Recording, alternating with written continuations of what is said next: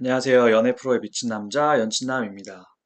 오늘은 연애남매 5화 참견을 해볼 건데요. 다뤄볼 참견 주제는 용호 vs 정섭입니다. 둘이 초화를 두고 다투거나 하는 건 아니고 방송에서 보여주는 둘의 태도에 대해 한번 얘기해 보려고 하는데 여러분의 의견이랑 비교하면서 들어주세요. 5화에서 용호는 지원과 데이트를 하고 정섭은 세승과 데이트를 하게 됩니다. 용호는 특유의 유머러스한 모습으로 처음 입주한 지원과의 데이트를 잘 리드하는데요. 진짜 매번 용호의 자연스러운 멘트를 보면서 감탄합니다. 이런 건 어디서 배운 게 아니라 타고난 거겠죠?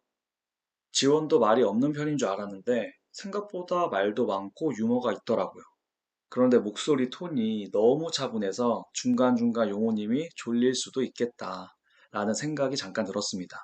이 둘은 진짜 하루 종일 데이트를 하는데 제부도를 가서 사격도 하고 회도 먹고 케이블카도 타고 특히 석양이 질 때 케이블카를 탔는데 하늘이 너무 예쁘더라고요. 진짜 보면서 갑자기 바다 가고 싶어졌어요. 여러분은 산과 바다 어디를 데이트 코스로 더 좋아하시나요?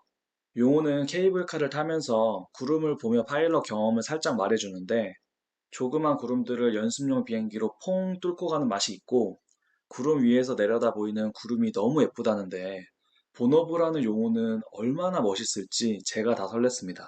아무튼 용호와 지원은 하루 종일 편안하고 즐거운 데이트를 하고 왔는데요. 어김없이 찾아온 속마음 문자 시간. 여러분은 용호가 누구한테 보냈을 것 같으세요?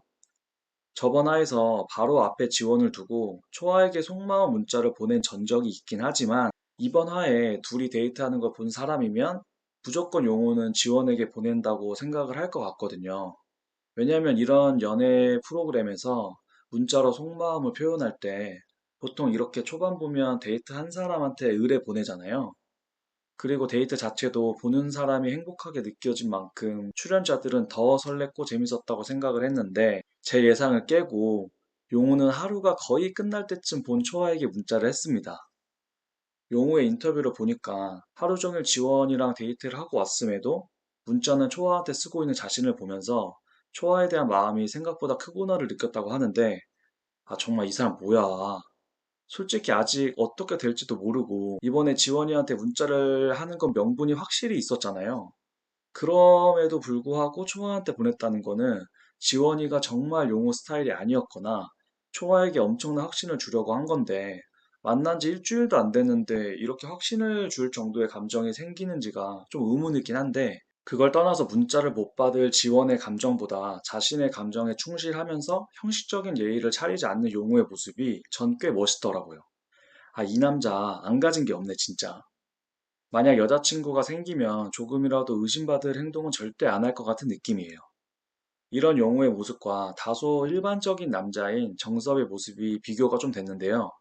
세승과의 데이트에서 질투하는 모습을 보여주는데 데이트 전에 세승이가 철현이랑 산책을 했다는 걸 알게 되면서 철현 씨가 먼저 가자고 했냐, 둘이 갔다 온 거냐 등의 질문으로 질투가 난 사람처럼 보이게 말을 하더라고요. 물론 진지하게 말한 건 아니고 장난스럽게 말을 하긴 했지만 여러분은 이런 정섭의 행동을 어떻게 생각하셨나요? 아, 물론 지극히 일반적이라고 생각은 해요. 아직 관계가 확실히 정립이 안 된 상황에서 이 사람한테도 매력을 느끼고 저 사람한테도 매력을 느끼고 할 수는 있잖아요. 실제로 우리의 모습을 생각해 보면 소개팅이 들어와서 만났는데 좀 괜찮아. 근데 아직 확신은 없어서 더 만나봐야 되는 상황에 또 다른 소개팅이 들어와서 그 사람도 만나볼 수 있는 거니까 마음이 확실히 안정해진 상황에서 순간순간 최고의 노력을 하긴 하잖아요.